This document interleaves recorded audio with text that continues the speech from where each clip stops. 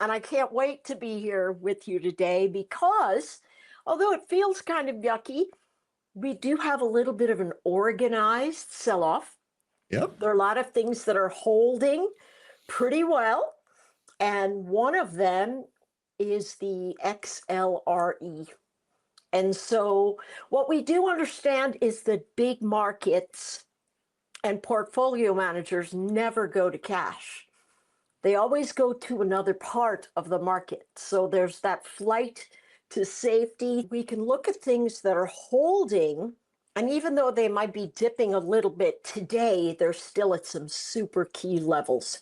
So, first of all, we have to think about how we want to interact with the markets when they speed up like this to the downside, and then all of our levered plays start looking very risky, right? We look at Nvidia, we look at Palantir, we look at all these things that have been tremendous high flyers, and the latecomers to the party simply cannot take the pain and they drop out. And so some of the flights to safety that a lot of folks are looking at are things like real estate. We notice that financials are selling off a little bit. I would suspect there are a fair bit of hedge funds that have to make margin calls under these kinds of environments because they have been in very levered plays. And so we're seeing some strength fade, but let's take a look at the XLRE. It's well above the 50. It's holding above the 200. It's about to make another cross of the weekly 250. It's got a little bit of a lower high, but it's a pretty safe space for us to hang out into the next little cycle. So the question is, what is this next little cycle? I suspect we have a fair bit of volatility into March UPEX.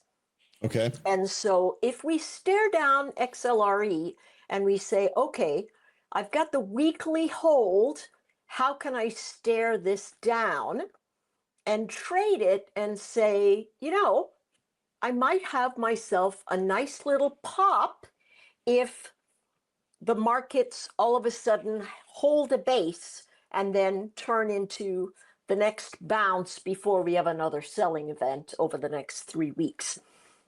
And so you could go straight out and say, you know what? I'm going to buy that 44 call. It's 55 cents right now, and it feels a little nerve-wracking to go long in a space where the market feels like it's selling off, but the chart has been very solid, and it is sitting on a weekly formation of holding old support and recapturing that support with a series of higher lows.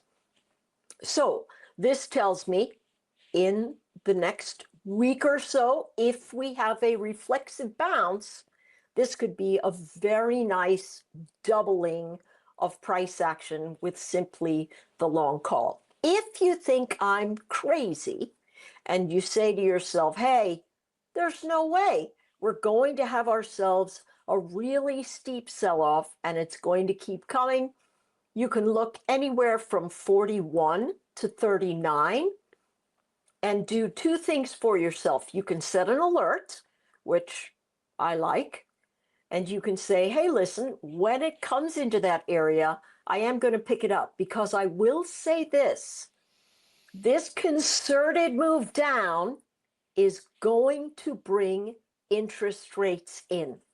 Absolutely, 100%. They're already talking about an interest rate move in the Mm-hmm. May in the May meeting, and that's just around the bend.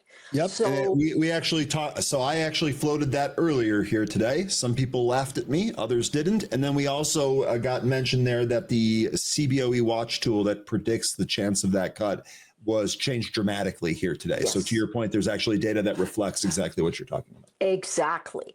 And so if that happens, real estate is going to continue to move up.